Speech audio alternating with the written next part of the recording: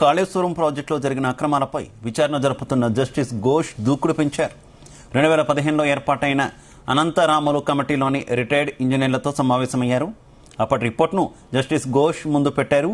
ఇక రిటైర్డ్ ఇంజనీర్లు మేడిగడ్డను కేసీఆర్ సూచించారని, తమ రిపోర్టును పట్టించుకోలేదని రిటైర్డ్ ఇంజనీర్లు చెప్పారని తెలుస్తోంది.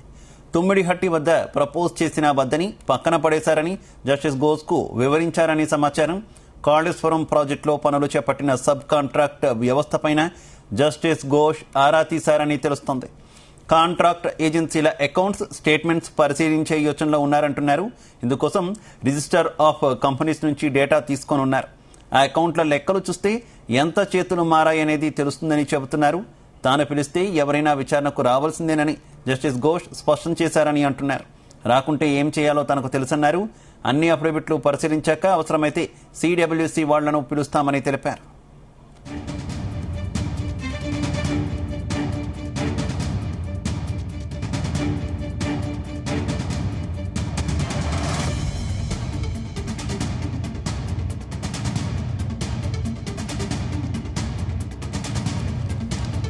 కాళేశ్వరం ప్రాజెక్టులో జరిగిన అక్రమాలపై విచారణ జరుపుతున్న జస్టిస్ ఘోష్ దూకుడు పెంచారు.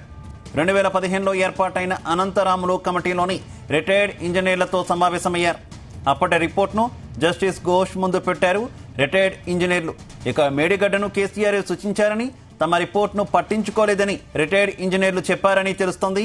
తుమ్మిడిహట్టి వద్ద ప్రపోజ్ చేసిన వద్దని పక్కన పడేశారని జస్టిస్ ఘోష్కు వివరించారని సమాచారం.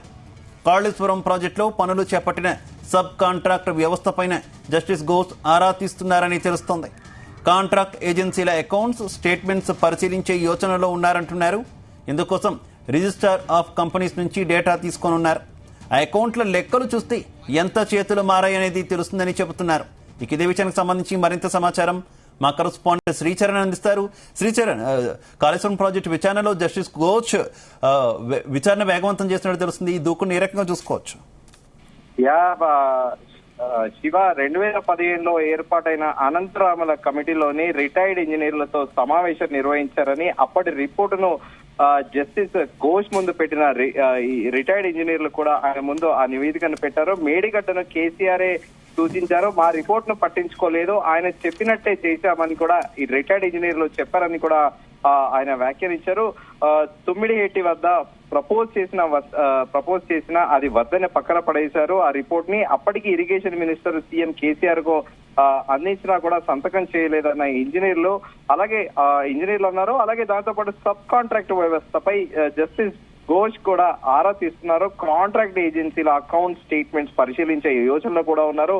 రిజిస్టర్ ఆఫ్ కంపెనీ నుంచి డేటా తీసుకోవాలని కూడా ఆయన ఆ యోచనలో కూడా ఉన్నారు. అయితే ఆ అకౌంట్ల లెక్కలు చూస్తే ఎంత చేతులు మారాయి అనేది కూడా తెలుస్తోంది. తాను పిలిస్తే ఎవరినైనా విచారణకు రావాల్సిందేనన్న జస్టిస్ ఘోష్, రాకుండా ఏం చేయాలో తనకు అధికారాలు ఉన్నాయంటున్నారు కూడా అని జస్టిస్ ఘోష్ ప్రస్తావించారు. అన్ని అఫిడవిట్లు పరిశీలించాకే అవసరమైతే సిడబ్ల్యూసి వాళ్ళను పిలిపిస్తాము.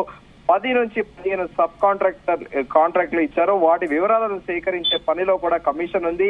ఏఈడిఈలను కూడా విచారించేలా లేదా అనేది కూడా త్వరలో ఆలోచిస్తాము. ప్రస్తుతానికి ఇంజనీర్లతో పూర్తి స్థాయి అఫిడవిట్లు వచ్చాకే కూడా విచారణ అనేది ప్రారంభమవుతుంది అనేది కూడా జస్టిస్ ఘోష్ సంచలన వ్యాఖ్యలు చేశారు. అయితే ఇప్పుడు చర్చ అంతా కూడా కాంగ్రెస్ ప్రభుత్వం ఏర్పడినప్పటి నుంచి కూడా మొదటి నుంచి కూడా ఆరోపిస్తూ వస్తుంది. కాళేశ్వరంలో భారీ అవినీతి జరిగింది.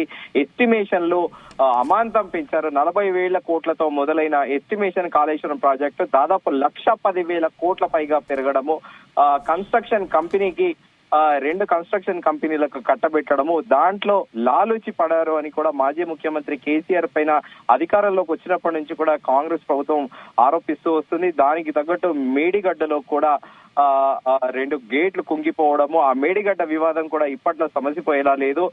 నేషనల్ డ్యామ్ సేఫ్టీ అథారిటీ కూడా ఒక కాంప్రహెన్సివ్ రిపోర్ట్ ఇచ్చింది, దానికి మరమ్మతులు చేయాల్సి ఉంటుందని.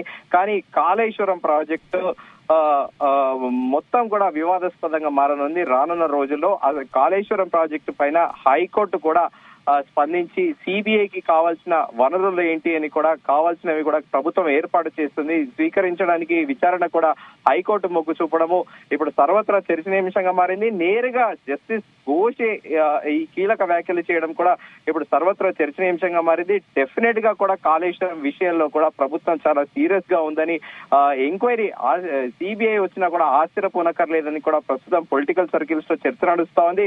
సో ఇటు బీఆర్ఎస్ కి దెబ్బ మీద దెబ్బ పడుతుందనే చెప్పుకోవాలి. ఒకవైపేమో యాన్యువల్ హస్బెండరీ ఇష్యూ, గొర్రెల స్కామ్ తో పాటు అలాగే విద్యుత్ కుంభకోణం పైన కూడా ఈ రోజు మాజీ ముఖ్యమంత్రి కేసీఆర్ 12 పేజీల సుదీర్ఘంగా కూడా ఒక ఉత్తరం రాశారు మాజీ జస్టిస్ ఎల్ నరసింహారెడ్డికి.